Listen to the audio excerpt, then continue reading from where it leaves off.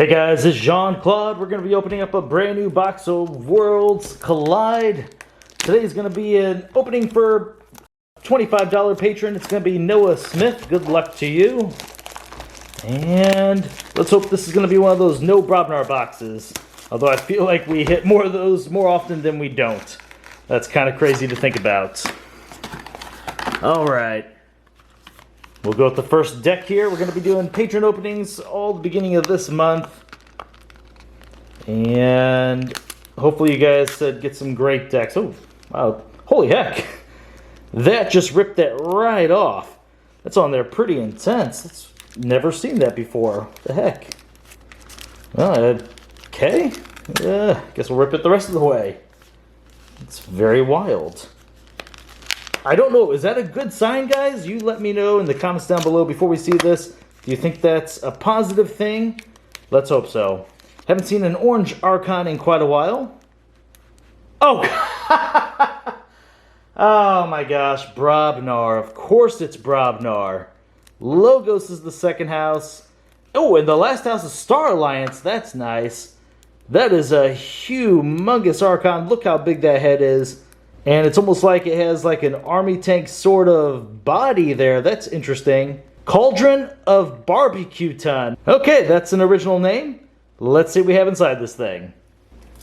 You know, these three houses, Brobnar might actually help complement Logos and Star Alliance if we get a decent Brobnar. That's the big F. But Logos, you know, Star Alliance, they kind of move through the decks pretty fast. They don't necessarily have a big board presence, so pairing Brobnar with them could be pretty nice. I don't think I have personally opened a deck with these three houses, so good luck to you. And oh my gosh, look at this. It's Book of IEQ. It's an artifact. Action. Reveal the top card of your deck. If it is a non-Star Alliance card, its house becomes your active house. Otherwise, end your turn. That's an insane card. Amber Tracker, 4 power. Play. Deal 2 damage to each enemy creature with Amber on it. This damage cannot be prevented by armor. Quadricorder, it's an upgrade. Your opponent's keys cost +1 Amber for each house represented among friendly creatures to a maximum of 3. Whoa, Information Officer Gray is 4 power, play, fight, reap. You may reveal a non-Star Alliance card from your hand. If you do, archive it. Zap, Amber on every play, deal 1 damage to a creature for each house represented among creatures in play. Psi Officer Quintcan, 2 power elusive. After a player chooses an active house which matches no cards in play, steal an Amber. Red Alert, if there are more enemy creatures than friendly creatures, deal damage to each enemy creature equal to the damage. A second one of those. Medic Ingram, 3 power, play, fight, reap. You may heal 3 damage from a creature and ward it. Lieutenant Kirkar, 5 power, taunt. Hazardous 3. Pretty good. Oh, and a second one of those. First Officer Fran is 4 power, play, fight, reap. A friendly creature captures an Amber. Star Alliance looking pretty good. Got some pretty good creatures in here. Decent actions. Oh, and that's the end of it. We are now on to Logos. It's Vellum. 2 power, reap. Archive a card. If you control hide, archive 2 cards instead. Destroyed, archive hide from your discard pile. If you do, archive Vellum. Obviously, the next card should be hide then. Oh, wait.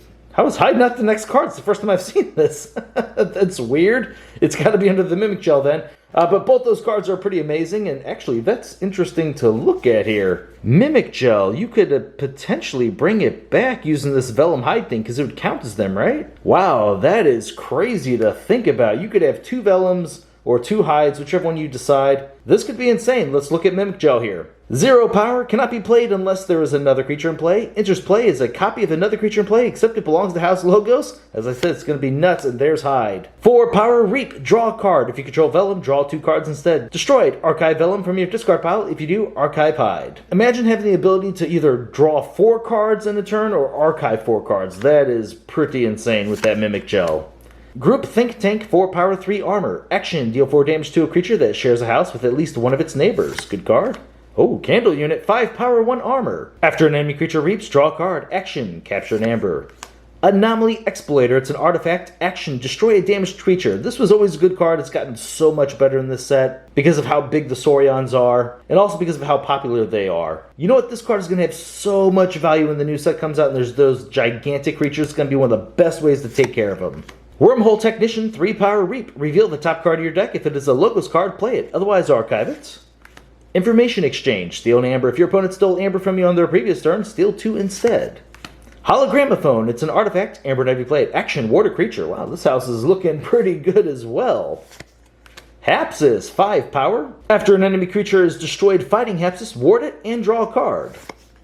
Daughter, 2 power elusive. During your draw card step, refill your hand to 1 additional card. There is no archiving in here other than the Hide Vellum combo, but this is going to be moving pretty decent.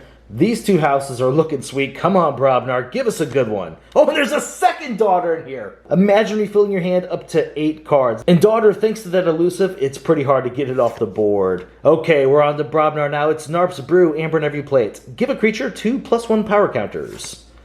Meganarp, 10 power, 1 armor. Meganarp's neighbors cannot reap. Dang it, Meganarp. The floor is lava. It's an artifact, Amber in every plate. At the start of your turn, deal 1 damage to a friendly creature and 1 damage to an enemy creature. Pairs well with the Narp since it has the 1 armor. Whoa, Cyber Giant Rig. It's an upgrade, Amber in every plate. This creature gains at the end of your turn. This creature loses a +1 power counter. Play, fully heal a creature and give it +1 power counter for each damage healed. You could potentially have like a 19 power Meganarp. That's kind of funny to think about. Garganti Scrapper is 3 power alpha. Play, if you have 3 or more amber, deal 3 damage to an enemy creature. Blood Money, place 2 amber from the common supply on an enemy creature. And a normal Narp. Oh man, Brobnar. Gosh, there are some great Reapers in both Starlights and Logos, and we have 2 Narps in here. I guess the plus side is we're getting a better fighting house? It's kind of what I was hoping for, but wow. This one has 2 less power than the Mega. Same thing otherwise. Grok, 5 power. Fight your opponent, loses an amber. Calfine, 5 power. Before the fight, deal 2 damage to each neighbor of the creature Calfine fights. Barn Raising. For the remainder of the turn, your opponent loses 1 amber each time a friendly creature fights. Second Barn Raising, okay. And the final card is Alaka, 4 power. If you've used the creature to fight this turn, Alaka Interplay ready. Well, the Brobnar, once again, not that great, but it's actually not too bad. It's going to be one of the first times I've seen Barn Raising actually do something because we have the 2 Narps. You're more likely to actually have those creatures stick around on the board and turn this into an Amber control card. A lot of times with Barn Raising, I find myself discarding it. All right, let's go ahead and pull up the Amber, see what we got in here. 2 off there. 3, 4, 5. That's actually surprising for Brobnar.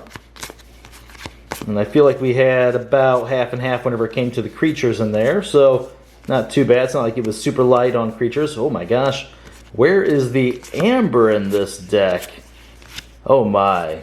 Well, it did seem like a pretty board heavy deck though. We had a lot of creatures in Logos, a lot in Starlines. And having a big creature deck in there, especially the ones that are in here, it's going to be pretty good. This is going to be a super low count though. We have 1, 2, 3, 4, 5, 6, 7, 8. And the funny part about that number 8, 4 out of 7 cards are Brobnar cards giving the Amber. That is so funny to me. All right, let's get our Amber control up now.